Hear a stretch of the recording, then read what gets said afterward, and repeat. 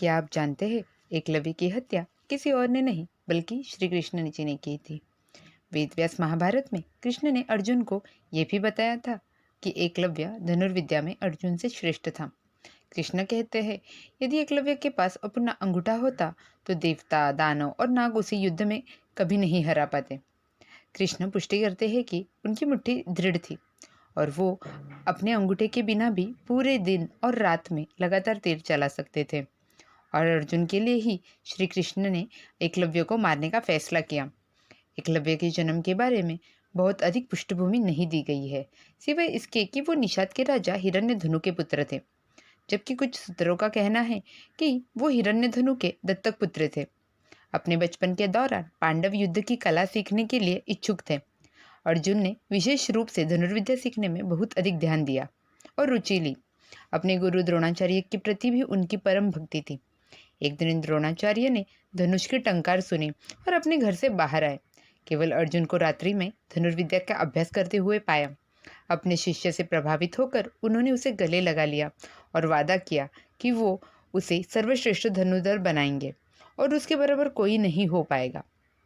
एक दिन एकलव्य द्रोणाचार्य का शिष्य बनने के लिए उनके पास आए। हालांकि वो निषाद के पुत्र थे, उन्होंने इसके बारे में सोचा और दूसरों का ध्यान रखते हुए उन्हें धनुर्विद्या में अपना छात्र स्वीकार करने से इनकार कर दिया। एकलव्य ने द्रोण के पैर छुए और वहां से चले गए। वो जंगल में गए। द्रोण की छवि बनाने के लिए मिट्टी का उपयोग किया। वो उसकी पूजा करने लगे और इसे अपना गुरु मानने लगे और उचित अनुशासन के अनुसार तीरंदाजी सीखने में अपना मन लगा दिया। अपनी असाधारण आस्था और सर्वोच्च भक्ति के कारण उन्होंने धनुष की डोरी पर तीर चलाने, निशाना साधने और फिर उसे छोड़ने में महान कौशल हासिल कर दिया। एक दिन द्रोण की अनुमति से सभी कुरु और पांडव अपने रथों पर सवार होकर शिकार करने के लिए निकले। एक सेवक आवश्यक वस्तुएं लेकर पांडवों के पीछे पीछे चल रहा था और उनके साथ एक कुत्ता भी था। वे जंगल में घूमते रहे। कुत्ता भी जंगल में भटक गया और निषाद के राजकुमार एकलव्य के पास आ गया। वन में उस श्यामवर्ण बालक को देखा जिसका शरीर मैल से सना हुआ था तथा जिसके काले मृगचर्म का वस्त्र पहना हुआ था, जिसे देखकर कुत्ता भौंकने लगा। एकलव्य ने कुत्ते को देखा भी नहीं, लेकिन जब वो दूर से भौंकता रहा तो एकलव्य ने अपना बेहतरीन कौशल दिखाया।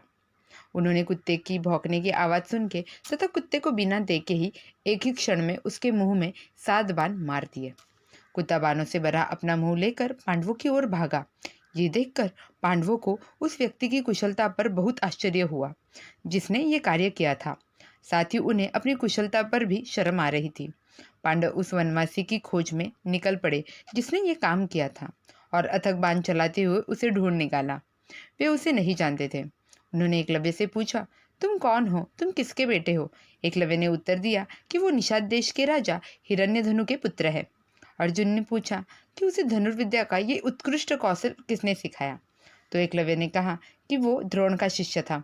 पांडवों ने जो कुछ हुआ उसका विवरण ज्ञात किया। अर्जुन एकलव्य के बारे में सोचते रहे। जब वापस लौटे तो उसने द्रोण को पूरी कहानी बता दी।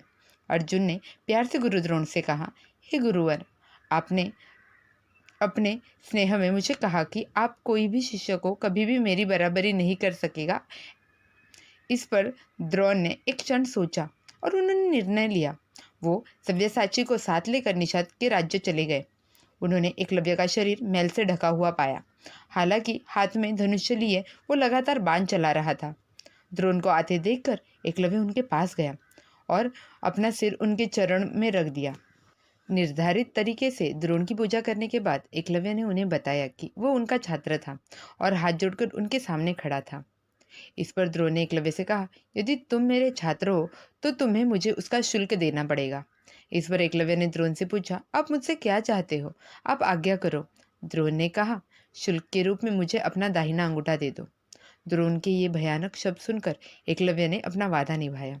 हमेशा सत्य के प्रति समर्पित रहने वाले चेहरे पर खुशी और दिल में शांति के साथ उन्होंने खुशी खुशी अपना दाहिना अंगूठा काट लिया और द्रोण को दे दिया। बाद में जब उसने अपनी उंगलियों से प्रत्यंशा खींची तो निषाद को पता चला कि वो अब पहले की तरह तेज नहीं था। इससे अर्जुन प्रसन्न हुए और उनकी चिंता दूर हो गई। एकलव्य आगे चल के निषाद के राजा बन गए और उसने अवंती की राजकुमारी सुवर्णा से विवाह किया। अपना अंगूठा खोने के बावजूद एकलव्य को महान साहस और वीरता वाला एक महान राजा माना जाता था। वेदव्यास महाभारत में कहा गया है कि एक समय एकलव्य को अजेय माना जाता था।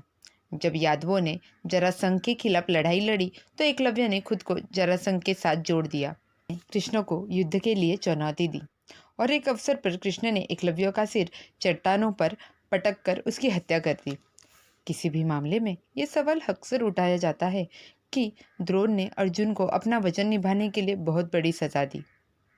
क्या उन्हें गुरु दक्षिणा मांगने का भी अधिकार था, क्योंकि उन्होंने उन्हें छात्र के रूप में कभी स्वीकार ही नहीं किया था। धन्यवाद।